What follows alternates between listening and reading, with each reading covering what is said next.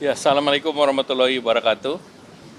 Salam sejahtera buat kita semua, teman-teman media cetak, media elektronik.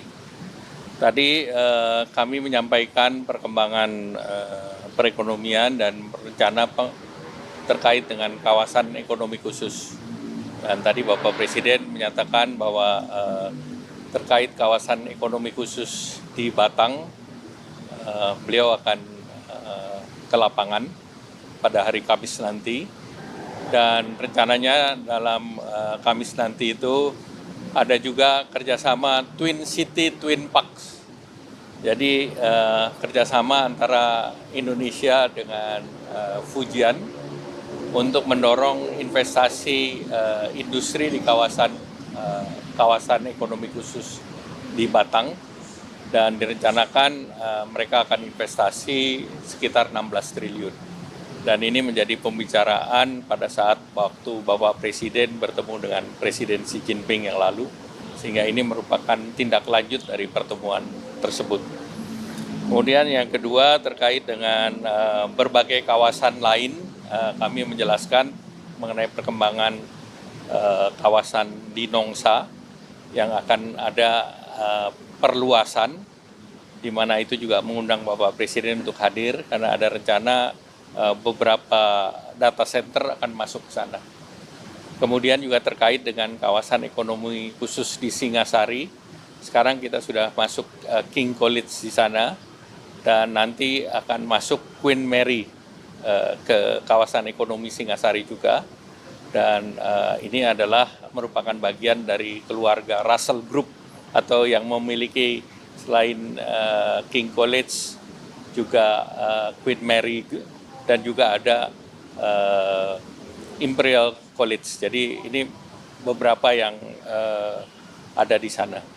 Dan ini juga nanti pada waktunya Pak Presiden akan melakukan kunjungan. Nah, kemudian terkait dengan pertumbuhan ekonomi secara spasial kita ketahui relatif bagus. Kemudian inflasi kita ketahui juga sampai Februari inflasi masih rendah, di mana core inflation-nya masih positif, dan juga core inflation-nya masih 2,48%. Nah, tentu kami lihat bahwa indeks keyakinan konsumen PMI juga full Februari masih tinggi 53,6. Kemudian juga relatif pertumbuhan kredit di Januari masih 10,3, dana pihak ketiga 5%. Di akhir Februari cadangan devisa relatif masih tinggi. Nah, kemudian kami juga bahas sektor-sektor yang masih tumbuh, baik itu mulai dari makan minum maupun logam dasar yang relatif juga tinggi. Sektor tekstil pakaian jadi juga masih positif. Kemudian juga terkait dengan mesin perlengkapan. Dan juga kami laporkan terkait dengan neraca ekspor yang tumbuh positif, dan di bulan Februari tertinggi 14 miliar kita punya ekspor, dan secara neraca perdagangan surplus sampai Februari 6,61. Jadi dari berbagai kondisi tersebut kami laporkan bahwa perekonomian Indonesia secara fundamental masih baik. Kita bisa melihat GDP growth kita dibandingkan Malaysia, Chile itu relatif masih tinggi. Inflation kita salah satu yang terendah termasuk di ASEAN. Kemudian current account balance juga masih, atau budget defisit juga masih kita jaga di 3%. Kemudian juga terkait dengan FDI dibandingkan prosentasi GDP kita juga relatif baik di sekitar 1,5%.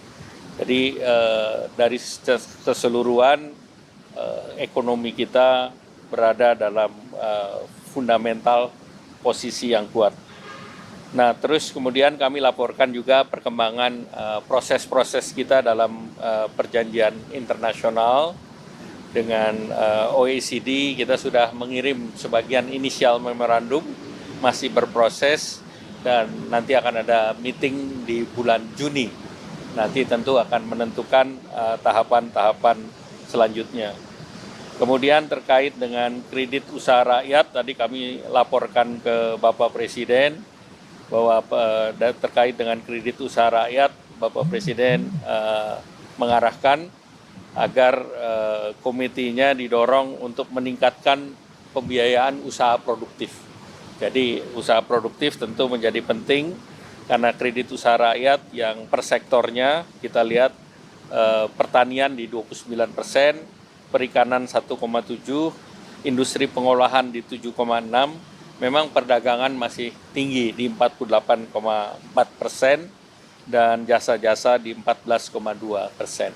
Nah, Bapak Presiden minta agar sektor produktifnya ditingkatkan dan tentunya nanti akan ada revisi mengenai Kepres, mengenai KUR, di mana komitenya akan membunyikan itu. Jadi komite kebijakan pembiayaan usaha yang produktif dan dengan adanya perubahan dari struktur kabinet memasukkan menteri koordinator bidang pangan maupun menteri koordinator pemberdayaan masyarakat di dalam komite.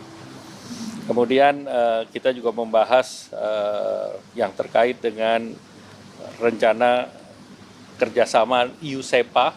EU-SEPA tinggal 2 isu, tadi saya laporkan, yang terkait dengan bea ekspor dan perizinan impor. Dua-dua kami sudah laporkan ke Pak Presiden. Kemudian juga akan ada sidang komite bersama antara Indonesia dan Rusia tanggal 14 sampai dengan 15 April. Nah, ini kita berharap bahwa pada saat itu kita bisa mengkonkludkan Eurasia Economic Union FTA. Eurasia Economic Union itu mencakup Uni Soviet, bekas 5 negara bekas Uni Soviet, yaitu Rusia, Armenia, Belarus, Kazakhstan, dan Kyrgyzstan. Dan ini harapannya tentu hampir seluruh bab 14 dari 15 bab sudah selesai. Jadi Bapak Presiden akan berkunjung ke Rusia di bulan Juni. Diharapkan pada kunjungan tersebut principal agreement-nya sudah bisa ditandatangani.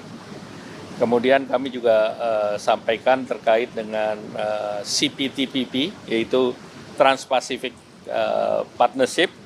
Ini 12 negara, yaitu Australia, Brunei, Kanada, Chili, Jepang, Malaysia, Meksiko, Peru, Selandia Baru, Singapura, Vietnam, dan Inggris. Inggris baru masuk di bulan Desember. Dengan kita memproses diaksesi CPTPP, diharapkan kita membuka pasar Meksiko, Kanada, Peru, dan United Kingdom.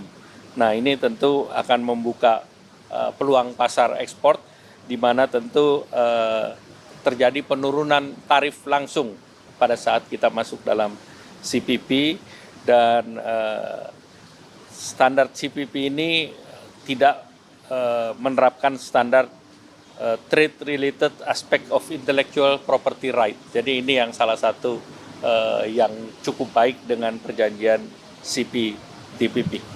Demikian yang tadi kami laporkan Pak Presiden. Ya.